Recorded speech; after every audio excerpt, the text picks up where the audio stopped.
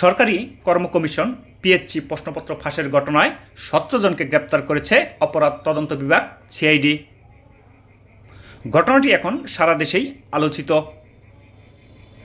গ্রেপ্তারকৃতদের মধ্যে রয়েছেন পিএইচসির চেয়ারম্যানের সাবেক গাড়ি চালক সৈয়দ আবেদ আলী সহ ময়মনসিংহের ফুলবাড়িয়া উপজেলার 2 জন। তাদের নাম সাখাওয়াত হোসেন ও সায়েম হোসেন। আজ সকালে আমরা সাখাওয়াত হোসেন ও সায়েম হোসেনের বাড়ি যাই। তাদের বাড়ি ময়মনসিংহের ফুলবাড়িয়া উপজেলার ইচাইল মধ্যপাড়া গ্রামে। তাদের পিতার নাম শাহেদ আলী। 2 ভাই 2 বোনের মধ্যে সাখাওয়াত সবার বড়, সায়েম সবার ছোট। গ্রামের অনেকের সাথেই কথা হয়েছে আমাদের। তারা বলেছেন দুজনেই এলাকায় ভালো মানুষ হিসেবে পরিচিত। প্রায় 8-10 বছর আগে সাখাওয়াত ঢাকায় চলে যায়। সেখানে স্যানিটারির কাজ করেন। পরে তার ভাই সায়েমকে নিয়ে যায়। তাদের বাবা ময়মনসিংহের একটি ওয়ার্কশপে কাজ করেন। তারা কেউই এই বাড়িতে থাকেন না। ঈদের সময় হলে প্রাইভেট কার নিয়ে বাড়িতে আসতেন। সর্বশেষ রোজার ঈদে এই বাড়িতেই আসেন তারা।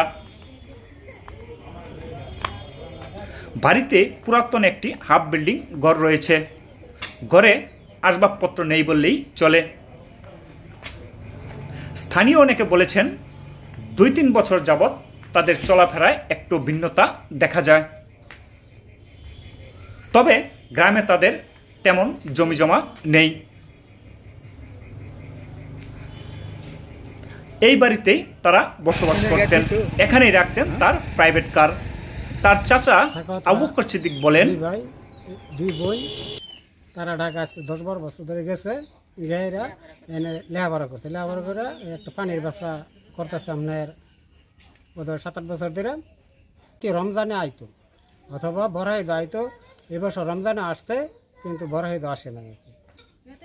এতদিন আসেল আপনার ওই গাড়ি আনগুনি করতো। আজ 2 বছর ধরে বোধহয় একটা গাড়ি কিনছে আর কি।